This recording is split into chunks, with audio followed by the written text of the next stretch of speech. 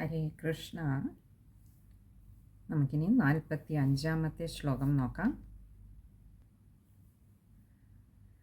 ഊജുശ്ച സുഹൃതഃ കൃഷ്ണം സ്വാഗതം തേതിരംഹസാ നൈഗോപ്യഭാജി കബള ഏഹീതഃ സാധു ഭുജ്യതാം. നമ്മൾ കഴിഞ്ഞ ശ്ലോകത്തിൽ ഭഗവാന്റെ മായയുടെ വലിപ്പം ഒന്ന് സൂചിപ്പിച്ചു വ്യാസഭഗവാൻ. അവിടെ ഭഗവാന്റെ മായ കൊണ്ട് എന്താണ്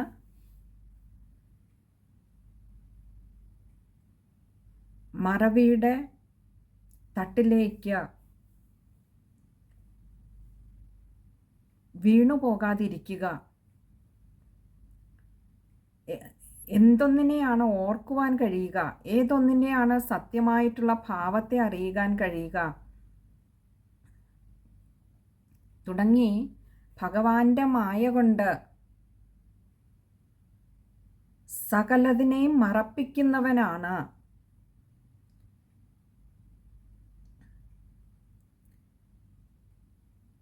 സത്യം കൺമുൻപിലുണ്ടായിട്ടും അത് മറന്നുകൊണ്ട് മായയുടെ പ്രഭാവത്തിൽ മറ്റൊന്നിനെ സത്യമായി പൂർണ്ണമായും ഉൾക്കൊള്ളുന്ന ഒരു അവസ്ഥയാണ് പ്രാണികളുടേത്. അതിനെ ബോധ്യപ്പെടുത്തുന്നതാണ് ഈ ഒരു ശ്ലോകം. എപ്രകാരമാണ് ഭഗവാന്റെ മായ ചില സത്യങ്ങളെ മറപ്പിക്കുന്നതും എന്നാൽ സത്യമല്ലാത്ത ഒന്നിനെ സത്യമായി തോന്നിപ്പിക്കുന്നതും എന്ന് കാണിച്ചു തരികയാണ്. ഇവിടെ പറയുകയാണ് ഊജുശ്ച, ഊജുഹു ച, ഇങ്ങനെ രണ്ട് വാക്കുകൾ ചേരുന്നതാണ് ഊജുശ്ച. ഊജു എന്ന് പറഞ്ഞാൽ പറഞ്ഞു, ഊജുഹു ച ഇങ്ങനെ പറയുകയും ചെയ്തു. ആര്? സുഹൃത, ഭഗവാന്റെ സുഹൃത്തുക്കൾ, അതായത് ആ ഗോപബാലന്മാർ. കൃഷ്ണം സ്വാഗതം, കൃഷ്ണ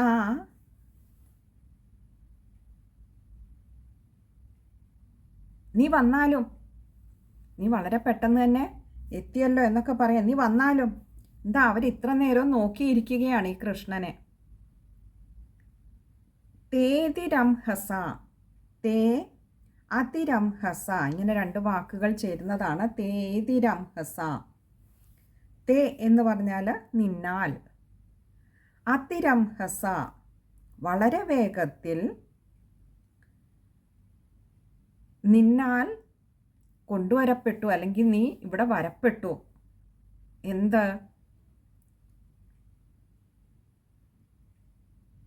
ഭഗവാൻ എവിടെയായിരുന്നു, ആ കൃഷ്ണൻ എവിടെയായിരുന്നു, സുഹൃത്തുക്കൾ എവിടെയായിരുന്നു എന്നൊക്കെയാണ് അടുത്ത ഇതിൽ പറയുകയാണ്. നൈഗോപ്യഭാജി ന ഏകഃ അപി അഭോജി. ന എന്ന് പറഞ്ഞാൽ ഇല്ല, ഏകഃ അപി ഒന്നുപോലും, അഭോജി ഭുജിക്കപ്പെട്ടില്ല, ഭുജിച്ചില്ല, ഞങ്ങൾ കഴിച്ചില്ല. എന്ത്? കബള ഒരു ഉരുള പോലും. കബള എന്ന് പറഞ്ഞാൽ ഉരുള, അതായത് ഒരു പിടി ഭക്ഷണം പോലും ഞങ്ങൾ കഴിച്ചില്ല കൃഷ്ണ ഇതുവരെ. ഏഹീത സാധു ഭുജ്യതാം. ഏഹീത, ഏഹി ഇതഹ, ഇങ്ങനെ രണ്ട് വാക്കുകൾ ചേരുന്നതാണ് ഏഹീത. ഇതഹ എന്ന് പറഞ്ഞാൽ ഇവിടെ, ഏഹി എന്ന് പറഞ്ഞാൽ വന്നാലും. വന്നാലും കൃഷ്ണ ബാ ബാ, എളുപ്പം വരൂ, ഞങ്ങൾ ഇതുവരെ ഒരു ഉരുള പോലും ഭക്ഷിച്ചിട്ടില്ല. സാധു ഭുജ്യതാം, സാധു എന്ന് പറഞ്ഞാൽ സുഖമായിട്ട്, ഭുജ്യതാം ഭക്ഷിച്ചാലും കഴിച്ചാലും. അപ്പോൾ ഇപ്പോഴത്തെ ഈ രംഗം എന്ന് പറയുന്നത് ആ വൃന്ദാവനത്തിൻ്റെ തീരത്ത് ഏകദേശം 1 വർഷം മുമ്പ് ബ്രഹ്മാവിനാൽ അപഹരിക്കപ്പെടുന്നതിനു മുൻപ് കൃഷ്ണനും ഈ ഗോപബാലന്മാരും കൂടി ആ വൃന്ദാവനത്തിൻ്റെ തീരത്തിരുന്ന് ഭക്ഷണം കഴിച്ചുകൊണ്ടിരിക്കുന്ന ഒരു രംഗമാണ്. ആ രംഗത്തിൽ നിന്നാണ് പെട്ടെന്ന് പശുക്കുട്ടികളെ കാണാതെയാവുന്നത്. അവിടെ വെച്ച് ഭഗവാൻ താൻ കയ്യിലെടുത്ത പകുതി കഴിച്ച ഒരു പിടി ഉരുളയുമായി ആ കന്നിൻകൂട്ടങ്ങളെ തേടി, പശുക്കുട്ടികളെ തേടി കൃഷ്ണൻ എഴുന്നേറ്റു പോകുന്നു. ഈ രംഗത്ത് നിൽക്കുകയാണിപ്പോൾ ആ ഗോപബാലന്മാർ. അപ്പോൾ അവർ കാണുന്നത് ഇതാ കൃഷ്ണൻ പശുക്കുട്ടികളുമൊക്കെ ആയിട്ട് വരുന്നു. അപ്പോൾ പറയുകയാണ്, ഇത്ര വേഗം നീ വന്നുവല്ലോ കൃഷ്ണ, ഞങ്ങൾ നിന്നെയും കാത്തിരിക്കുകയായിരുന്നു. നീ പോയി കഴിഞ്ഞിട്ട് ഒരു ഉരുള ഭക്ഷണം പോലും ഞങ്ങൾ കഴിച്ചില്ല. നീ വളരെ പെട്ടെന്ന് എത്തിയല്ലോ ഈ കാലികളെയുമായിട്ട്, ഈ പശുക്കുട്ടികളുമായിട്ട്. വരൂ കൃഷ്ണ, നമുക്കിനി സുഖമായിട്ടിരുന്ന് കഴിക്കാം. കാരണം എന്താ, അതിന് മുൻപപ്പം സുഖമില്ലായിരുന്നു, അസുഖമായിരുന്നു എന്ന് പറയാൻ കാരണം അവരും വല്ലാതെ വിഷമിച്ചു പോയി പശുക്കുട്ടികളെ കാണാതെ. അവർ പശുക്കുട്ടികളെ തേടി പോകാൻ തുടങ്ങുമ്പോഴാണ് ഭഗവാൻ പറയുന്നത്, കൃഷ്ണൻ പറയുന്നത്, വേണ്ട, നിങ്ങൾ ഭക്ഷിച്ചോളൂ, ഞാൻ പോയി നോക്കിയിട്ട് വരാം. ഇപ്പോൾ ദാ ഭഗവാൻ ആ പശുക്കുട്ടികളുമായി വരുന്നതാണ് ഗോപബാലന്മാർ കാണുന്നത്. ഇവിടെ നോക്കൂ, യാഥാർത്ഥ്യത്തിൽ പശുക്കുട്ടികളെ ബ്രഹ്മാവ് അപഹരിച്ചു കൊണ്ടുപോയിരുന്നു, ഗോപബാലന്മാരെയും കൊണ്ടുപോയിരുന്നു, അവരെ സത്യലോകത്തിൽ കൊണ്ട് മറച്ചു വെച്ചിരുന്നു. അതിനുശേഷം തെറ്റു മനസ്സിലാക്കിയ ബ്രഹ്മാവ് ഭഗവാനോട് ക്ഷമയാചിക്കുന്നു, ഗോപബാലന്മാരെയും പശുക്കുട്ടികളെയും ഒക്കെ തിരികെ നൽകുന്നു. ബ്രഹ്മാവിൻ്റെ അതിമനോഹരമായ സ്തുതിക്ക് ശേഷം ബ്രഹ്മാവ് തിരികെ പോകുന്നു. എന്നാൽ യാഥാർത്ഥ്യം ഇതാണെന്നിരിക്കെ അന്ന് പശുക്കുട്ടികളെ തേടിപ്പോയ കൃഷ്ണനെ കാത്തിരിക്കുന്ന അവസ്ഥയിലേക്ക് ഗോപബാലന്മാർ തിരികെ വന്നിരിക്കുന്നു. അതായത് ഇടയ്ക്ക് നടന്ന യാഥാർത്ഥ്യങ്ങളൊന്നും ഗോപബാലന്മാർക്ക് ഓർമ്മയില്ല. അവയൊക്കെ ഭഗവാന്റെ മായ കൊണ്ട് മറപ്പിക്കുവാൻ കഴിഞ്ഞിരിക്കുന്നു. അവർ കാണുന്ന യാഥാർത്ഥ്യം യാതൊന്ന് യാഥാർത്ഥ്യമല്ലയോ. ഭഗവാൻ പോയി ഈ പശുക്കുട്ടികളെ കൂട്ടിയിട്ട് വരികയായിരുന്നില്ല ചെയ്തത്. പക്ഷേ ഗോപബാലന്മാരുടെ കണ്ണിൽ യാഥാർത്ഥ്യമെന്ന് പറയുന്നത് ഇപ്പോൾ ഭഗവാൻ കൂട്ടിക്കൊണ്ടുവരുന്ന ഈ പശുക്കുട്ടികളും കൃഷ്ണനുമൊക്കെയാണ്. അതുകൊണ്ട് തന്നെ അന്ന് കഴിച്ചു നിർത്തിയ ഭക്ഷണം, കൃഷ്ണൻ പശുക്കുട്ടികളെ തേടിപ്പോകുന്നതിന് തൊട്ടു മുൻപ് ഒന്നിച്ചിരുന്ന് കഴിച്ചുകൊണ്ടിരുന്ന ആ ഭക്ഷണത്തിൻ്റെ അതേ അളവിൽ ഇപ്പോഴും അവർ നിൽക്കുകയാണ്. നമ്മൾ പറഞ്ഞിരുന്നു, സത്യലോകത്ത് ഒരു ക്ഷണമേ ആയിട്ടുള്ളെങ്കിലും ഇവിടെ 1 വർഷം കഴിഞ്ഞിരിക്കുന്നു. നോക്കൂ, ഈ 1 വർഷത്തിനുള്ളിൽ, ഭൂമിയിലെ 1 വർഷത്തിനുള്ളിൽ നടന്നത് മുഴുവൻ അതാണ് യാഥാർത്ഥ്യമെന്നിരിക്കെ ഭഗവാന്റെ മായയുടെ വലിപ്പം കൊണ്ട് ഗോപബാലന്മാരുടെ ഉള്ളിൽ മായയാൽ മറയ്ക്കപ്പെട്ട സത്യങ്ങളൊക്കെ എന്നോ എവിടെയോ മറവിയുടെ കൂട്ടിനുള്ളിൽ കുഴിച്ചു മൂടപ്പെട്ടിരിക്കുന്നു. ഇന്ന് ഗോപബാലന്മാർക്ക് ഭഗവാന്റെ മായ കൊണ്ട് ഇപ്പോൾ കാണുന്നതിനെ സത്യമായി തോന്നുന്നു, സത്യമായിട്ടുള്ളത് മറയ്ക്കപ്പെട്ടിരിക്കുന്നു. ഇതാണ് ഭഗവാന്റെ മായയുടെ വലിപ്പം. അങ്ങനെ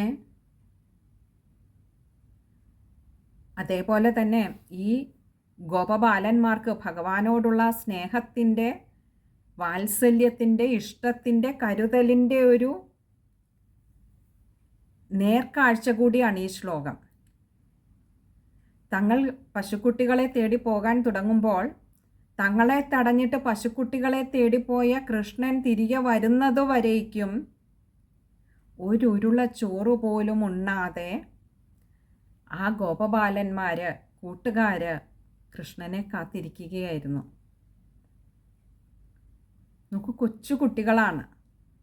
അവർക്കൊക്കെ വിശപ്പും ദാഹവുമൊക്കെ ഏറെയുള്ളവരാണ്.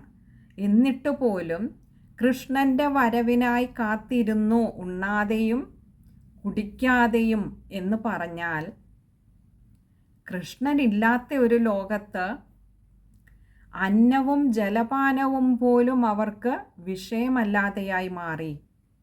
എന്നാൽ കൃഷ്ണൻ വന്നയുടനെ പറഞ്ഞു, വരൂ, ഇനി നമുക്ക് സുഖമായിട്ട് കഴിക്കാം. കൃഷ്ണനില്ലാത്ത ഒരു കാലയളവ് അവർക്ക് സുഖമില്ലായ്മയുടെ, അസുഖത്തിൻ്റെ കാലമായിരുന്നു.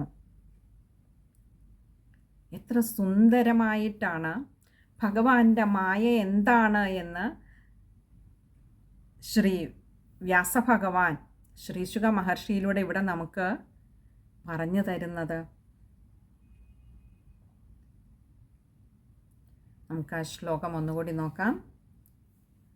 ഊചുശ്ച സുഹൃദഃ കൃഷ്ണം സ്വാഗതം തേതിരംഹസാം നൈഗോപ്യഭാജി കബള ഏഹീതഃ സാധുഭുജ്യതാം. ശ്ലോകം വായിക്കുമ്പോൾ ശ്രദ്ധിക്കേണ്ട കാര്യങ്ങൾ: സുഹൃദ, ഏഹീത, രണ്ടിടത്തും വിസർഗമുണ്ട്. പകുതി ഹകാരത്തിൽ വായിക്കുക. പിന്നെ തേതിരംഹസ, അവിടെ വിശ്ലേഷണമുള്ളത് കൊണ്ട് ഏകാരം നീട്ടിയെടുക്കണം. അതുപോലെയാണ് നൈഗോപ്യഭാജി, അവിടെയും വിശ്ലേഷണമുള്ളത് കൊണ്ട് ഓകാരം നീട്ടിയെടുക്കുക. ഒപ്പം ന ഏക അപി ആണ്, അപി അഭോജിയാണ്. അതുകൊണ്ട് തന്നെ ഏകോപ്യഭാജി, പ്യ എന്ന അക്ഷരത്തിന് അകാരം കൊടുത്ത് വായിക്കുക. ബാക്കിയൊക്കെ എളുപ്പമുള്ള വാക്കുകളാണ്. ഇനി അടുത്തത് 46-ാമത്തെ ശ്ലോകമാണ്. അത് നമുക്ക് അടുത്ത സത്സംഗത്തിൽ കാണാമെന്ന് കരുതുന്നു. ഹരേ കൃഷ്ണ.